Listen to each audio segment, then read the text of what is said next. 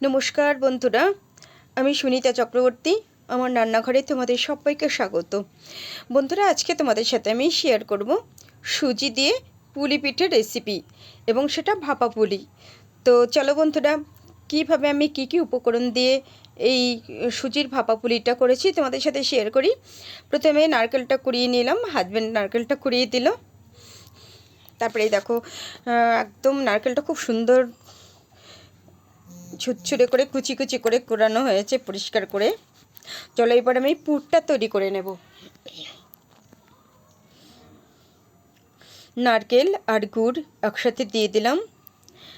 যেহেতু পুলি পিঠে করব, তার জন্য পুরটা একটু শক্ত শক্ত করে করতে হবে, নাহলে পুলি পিঠের যে ডিজাইনটা, সাইজটা, সেটা বোঝা যাবে না। তার জন্য পুরটা আমি একটু শক্ত শক্ত করে তৈরি করে নেব। নারকেল আর গুড় একসাথে দিয়ে ভাজা ভাজা করে নেব। যে ভাজা ভাজা করে নিয়েছি, নারকেলটা ভাজা হয়ে গেছে। এবার আমি এর মধ্যে দুধ দিয়ে গুলে কিছু চালের গুঁড়ো দিয়ে দেব।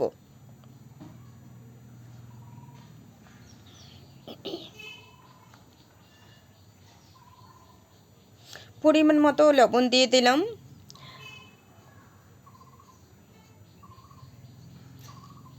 তো দেখো বন্ধুরা, এরকমই আমি করে নিয়েছি। ঠান্ডা করতে দেব, ঠান্ডা হয়ে গেলে তারপরে আমি ভেতরের পুরটা লম্বা লম্বা করে তৈরি করে নেব। এইবার আমি জল দিলাম আর 1 চামচ ঘি দিয়ে দিলাম, আর পরিমাণ মতো লবণ দিয়ে দেবো। তারপরে সুজির যেটা দিয়ে আমি পুলিটা তৈরি করব, সেই সুজির ডোটা তৈরি করে নেব। এই দেখো, আমি 1 প্যাকেট সুজি নিয়েছি আর নিয়ে নিয়েছি 1.5 বাটির থেকেও কম জল। সুজিটা একদম রান্না করে নেব।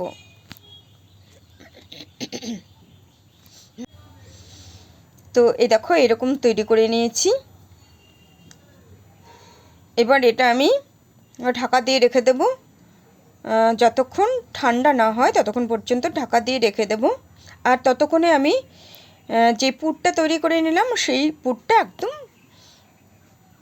লম্বা লম্বা করে রেডি করে নেব, যাতে আমার পুরিটা তৈরি করতে সুবিধে হয়।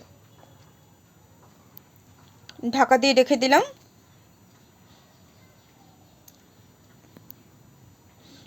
তো এই দেখো, এইভাবে লম্বা লম্বা করে আমি পুরটা রেডি করে নেব, তাহলে আমার তাড়াতাড়ি পিঠেগুলো তৈরি হয়ে যাবে।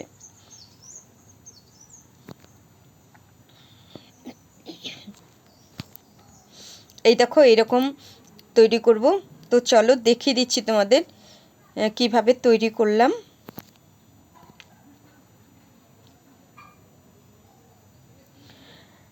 এই যে এই পাত্রটাতে আমি একটু অয়েল ব্রাশ দিয়ে ব্রাশ করে নিচ্ছি অয়েল। তারপরে এই পাত্রটাতে আমি ভাপা করব।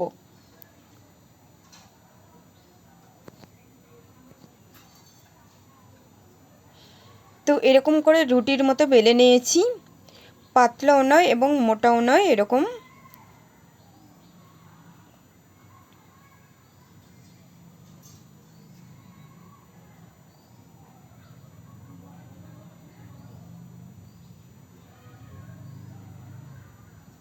এই বাটিটা দিয়ে আমি কেটে নেব।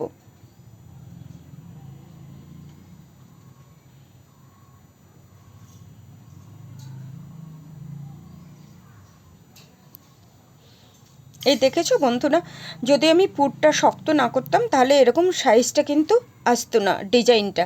তার জন্য তোমরা যখন এই পুলি পিঠেটা তৈরি করবে, তখন পুরটা এরকম লম্বা লম্বা করে আগেই তৈরি করে নেবে, এবং পুরটা একটু শক্ত করে বানাবে।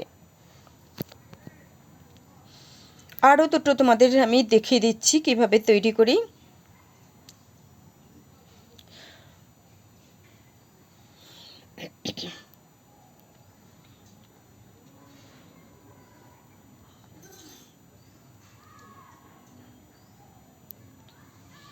তো আমরা যখন চালের গুঁড়ো দিয়ে এই পুলি পিঠে তৈরি করি, সেটা না ঠান্ডা হলে শক্ত হয়ে যায়, কিন্তু এই যে সুজি দিয়ে এইভাবে পুলি পিঠে করলে মানে খুব সুন্দর নরম হয়। যাদের দাঁত নেই তারাও একদম ইজি খেয়ে নিতে পারবে। ছোট বাচ্চা থেকে শুরু করে যাদের দাঁত এখনও হয়নি বা বয়স্ক যারা দাঁত একটাও নেই তারাও খেতে পারবে, খুব সুন্দর নরম হয়।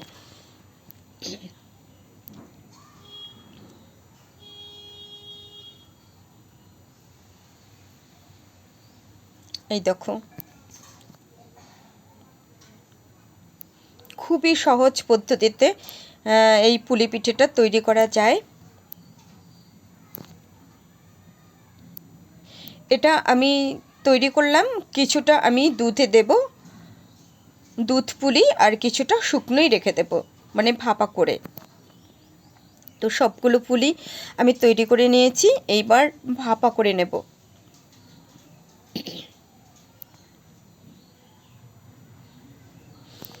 দেখো, এই যে এরকম একটা পাত্রতে জল নিয়ে নিয়েছি, জলটা ফুটতে শুরু করে দিয়েছে, তারপরে আমি বসিয়ে দিলাম, বসিয়ে ঢাকা দিয়ে দিলাম। যেহেতু সুজিটা আমি আগেই রান্না করে নিয়েছি, মানে সেদ্ধ তো হয়েই গেছে, ওই জন্য মাত্র 5 মিনিট রেখে দিলেই ভাপানো হয়ে যাবে। 5 মিনিট রেখে দিয়েছি, এবার যখন ঠান্ডা হবে তখন আমি এই পাত্র থেকে তুলে নেব। তো এই দেখো বন্ধুরা, ওই পাত্র থেকে তুলে নিয়েছি, এরকম হয়েছে। তো তোমাদের কেমন লাগলো অবশ্যই কমেন্টে জানিও। যদি তোমাদের ভালো লাগে দেখে একটা লাইক করে দিও, বন্ধু হয়ে পাশে থেকো, আর তোমরা সবাই অনেক অনেক ভালো থেকো। টাটা।